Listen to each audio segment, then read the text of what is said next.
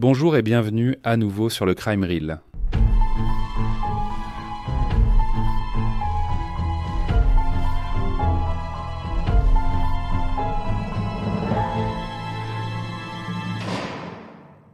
Pour le récit criminel d'aujourd'hui, nous retournons en 1964 pour examiner les événements déchirants du vol 773 de Pacific Airlines. Le matin du jeudi 7 mai 1964, plusieurs personnes se rendaient à l'aéroport pour embarquer sur un court vol de Reno, Nevada, à San Francisco, en Californie. Judy Stopp, âgée de 24 ans, et sa belle-mère Clara avaient décidé de faire un voyage d'une nuit à Reno juste pour le plaisir. Elles rentraient à San Francisco où le mari de Judy, Dale, âgé de 25 ans, les attendait à l'aéroport pour les récupérer. Deux contrôleurs aériens, George S. Baldwin et Roger Varney, du Centre de contrôle du trafic aérien d'Oakland à Fremont, étaient également allés à Reno pour une soirée et devaient reprendre le travail à 8 heures du matin ce jour-là. George, père de 7 enfants, avait reçu l'année précédente le parchemin de l'Association du contrôle du trafic aérien pour avoir sauvé un pilote privé, et 2 passagers qui s'étaient perdus dans le brouillard et les nuages au-dessus des montagnes près de Red Bluff. Étaient également à bord du vol l'officier de police de San Francisco, George Lakow, et son épouse, le révérend London Hicks, âgé de 88 ans, un ministre presbytérien à la retraite, qui devait ensuite prendre un vol pour Atlanta afin d'assister à une réunion d'anciens élèves de l'université Emory. Hélène Ulrich, âgée de 42 ans, qui se rendait aux funérailles de sa sœur dans le Missouri. Et Roger Brander, un directeur de station de radio âgé de 34 ans, qui faisait un voyage d'affaires à San Francisco. Le vol a décollé à 5h54 du matin et comptait au total 33 passagers à bord avec un équipage de 3 personnes. Le pilote ce jour-là était le commandant Ernest Clark. C'était un pilote expérimenté qui travaillait pour Pacific Airlines depuis plus de 10 ans. Âgé de 52 ans, il avait été pilote de bombardier pendant la Seconde Guerre mondiale et déclaré tué au combat en Méditerranée en 1944. Cependant, en 1945, il avait été libéré d'un camp de prisonniers de guerre allemand par les forces allemandes alliées. Ernest, qui avait 3 filles, était veuf, ayant perdu sa femme l'année précédente. Son copilote était Ray Andress, premier officier de 31 ans, fils d'un agent du FBI, expert en autodéfense et en judo. Il était marié et avait 4 jeunes enfants. L'équipage était complété par l'hôtesse de l'air, Margaret Schaeffer, âgée de 30 ans. Margaret avait une jeune fille et travaillait comme hôtesse de l'air depuis plus de 6 ans. Après avoir quitté Reno, le vol a fait une courte escale à l'aéroport de Stockton où 2 personnes sont descendues et 10 autres sont montées à bord. La famille Kendrick était composée de Donald, 39 ans, Norma, 36 ans, et de leurs 2 fils, Richard, 3 ans, et Douglas, 1 an. Ils se rendaient à San Francisco pour prendre un vol en correspondance vers Philadelphie. Ils voyageaient pour rencontrer la mère de Norma, qui devait rencontrer son gendre et ses petits-fils pour la première fois. Le vol a de nouveau décollé de l'aéroport de Stockton à 6h38 et il devait atterrir à San Francisco environ une demi-heure plus tard. À 6h48, le centre de contrôle du trafic aérien d'Oakland a reçu un message radio aigu et brouillé provenant de l'appareil. L'appareil a ensuite disparu de leurs écrans radars. L'avion volait à une altitude de 5000 pieds et à 2100 pieds à une 400 miles par heure.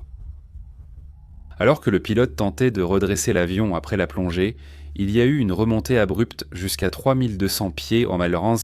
Les observateurs sur la trajectoire ont constaté ces variations extrêmes d'altitude du vol. La famille chez Collins prenait son petit déjeuner lorsque l'avion est passé au-dessus d'eux. Monsieur Collins se souvient que l'avion faisait un bruit strident et que le pilote semblait tout donner. Une autre témoin, Janice Anderson, se rappelle avoir entendu le bruit d'un moteur d'avion ratant et tout sautant. Alors qu'elle se précipitait dehors, elle a entendu le bruit de l'accident. Le vol 773 s'était écrasé sur une colline en pente à un angle d'environ 90 degrés. La force extrême de l'accident a entraîné la quasi-totale désintégration de l'avion.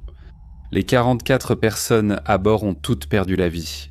Le carnage sur la colline était horrifiant et s'étendait sur plus de 2 acres. Des parties de corps, des débris, des chaussures, des vêtements, des valises et des sacs à main étaient éparpillés partout dans la zone. À l'exception du train d'atterrissage et des 2 moteurs, la plupart des débris ne dépassaient pas environ 30 cm de diamètre. La force extrême de l'impact a arraché les ceintures de sécurité à leur base. Monsieur Collins et son fils Douglas se sont précipités sur les lieux de l'accident. « C'était horrible », a-t-il dit. « J'ai vu des choses pendant la guerre, mais c'était pire. Des femmes et des enfants. Mon Dieu. » La zone du cockpit a été tellement endommagée par l'impact que seuls 4 petits morceaux du tableau de bord ont été récupérés. Aucune partie de plus de 20 cm² n'a été retrouvée. Les enquêteurs ont commencé la tâche immense et déchirante de localiser et d'identifier les 44 personnes à bord, alors que les proches et amis commençaient à apprendre que leurs êtres chers avaient péri dans un accident d'avion. Il est vite apparu aux enquêteurs qu'il ne s'agissait certainement pas d'un accident.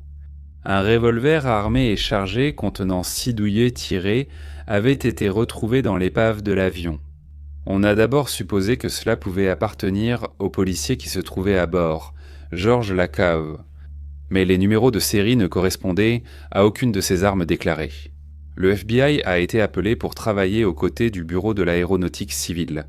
C'était un précurseur du Bureau national de la sécurité des transports. Le FBI et le COB ont enquêté précisément sur ce qui s'était passé à bord du vol 773 à partir d'enquêtes de fond, de l'analyse des objets retrouvés sur le site du crash, y compris l'enregistreur de vol, et du déchiffrage du dernier message reçu de l'avion par le contrôle aérien. Ils ont rapidement découvert la vérité.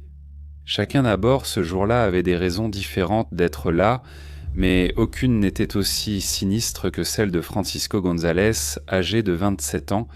Francisco était un jeune homme qui avait participé aux Jeux olympiques de 1960 en tant que membre de l'équipe de voile des Philippines. L'équipe olympique a terminé à la 24e place. En 1964, il travaillait dans un entrepôt à San Francisco, et à ce moment-là, il avait accumulé d'importantes dettes. Plus de la moitié de ses revenus mensuels devait être consacré au remboursement de ses dettes, et son mariage était en ruine. Ses amis le décrivaient comme étant perturbé et déprimé à cette période de sa vie. Il a dit à sa famille et à ses amis qu'il mourrait, soit le mercredi 6 mai, soit le jeudi 7 mai. Et il parlait souvent de sa mort imminente au quotidien. Le soir du 6 mai 1964, il a acheté un Smith & Wesson modèle 27. C'était un revolver Magnum 357. Il a montré ce revolver à de nombreux amis et a dit à au moins une personne qu'il avait l'intention de se tirer une balle. Il s'est rendu à l'aéroport de San Francisco où il a acheté 2 polices d'assurance d'une valeur de 105 000 $ dont sa femme était la bénéficiaire. Il a embarqué sur un vol de San Francisco à Reno avec une réservation de retour sur le vol 773 le lendemain matin. Il a passé la nuit du 6 mai à jouer dans les casinos de Reno. Quand un employé lui a demandé comment il allait, il a répondu qu'il se moquait de ses pertes, car cela ne changera rien après-demain. Les 2 passagers qui sont descendus du vol à Stockton ont confirmé que Francisco était assis à l'avant de l'avion, juste quelques minutes avant l'atterrissage prévu de l'avion. Pour la 2e fois sur l'écran, Francisco a fait irruption dans le cockpit où il a tiré sur le commandant Clark. On pense que ce tir a touché le tube du siège du commandant. Ce tube a été retrouvé dans l'épave. Francisco a tiré sur le pilote une 2e fois avant de viser le copilote, Ray Andress. À ce moment-là, Ray a effectué la dernière transmission frénétique tout en essayant de sortir l'avion de la plongée.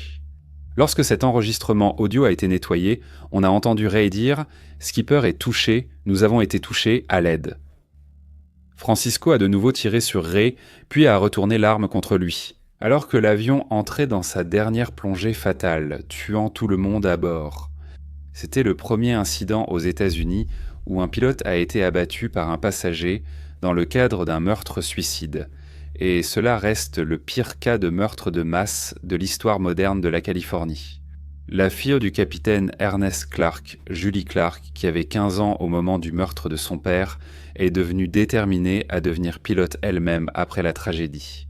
Elle a réalisé ce rêve et est devenue pilote de ligne commerciale, devenant ainsi l'une des premières de femmes pilotes à travailler pour une grande compagnie aérienne. Et aussi, elle était une aviatrice de spectacles aériens acrobatiques. Elle est et restée pilote pendant plus de 45 ans. Cela conclut l'histoire d'aujourd'hui. Cependant, j'ai 3 articles annexes qui ont été écrits en même temps dans les journaux locaux et nationaux. La première histoire évoquait la famille du tueur avant sa notoriété. Elle explique comment Francisco, le frère de Frank, a appris la nouvelle. Il s'est rendu sur les lieux de l'accident et a demandé « Comment organiser des funérailles ? Comment saurais-je si j'enterre mon frère ?» La deuxième histoire concernait Harley Lee, qui travaillait pour le San Francisco Examiner en tant que membre de l'équipe de publicité.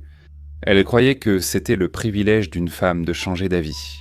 Elle avait une place sur le vol 773, mais pour gagner une demi-heure au casino, elle a changé pour le vol 771. Vraiment une décision chanceuse. Et enfin, un autre événement extrêmement triste où le père de cet enfant, George Baldwin, qui travaillait à l'Agence fédérale de l'aviation comme contrôleur radio. Madame June Baldwin a reçu l'appel annonçant le décès de George. Puis, de façon incroyable, 1 heure plus tard, on l'a appelé pour lui dire que George était réapparu vivant. À San Francisco, les 8 membres de la famille célébraient cette nouvelle incroyable, mais malheureusement, 15 minutes plus tard, le téléphone a de nouveau sonné. On leur a annoncé qu'une autre personne avait été prise par erreur pour George à San Francisco. Quelle tragédie pour la famille. Paix aux victimes de ce crime. Merci de m'avoir écouté et veuillez cliquer sur j'aime et vous abonner si vous êtes nouveau sur la chaîne. Je voudrais remercier Stéphane Luc qui m'a suggéré il y a quelques mois de parler de cette affaire. Et enfin, suite à la vidéo de la semaine dernière, j'ai clairement eu un problème avec mon Texas et mon Colorado. Je confirme simplement que je connais l'emplacement de ces endroits. Donc, juste pour le prouver, voici la Californie, voici le Texas, voici le Colorado. Tout cela montre vraiment que je ne suis pas une chaîne d'intelligence artificielle.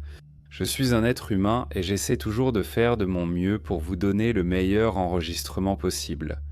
D'accord, merci beaucoup d'avoir écouté The Crime Reel. Prenez soin de vous, au revoir.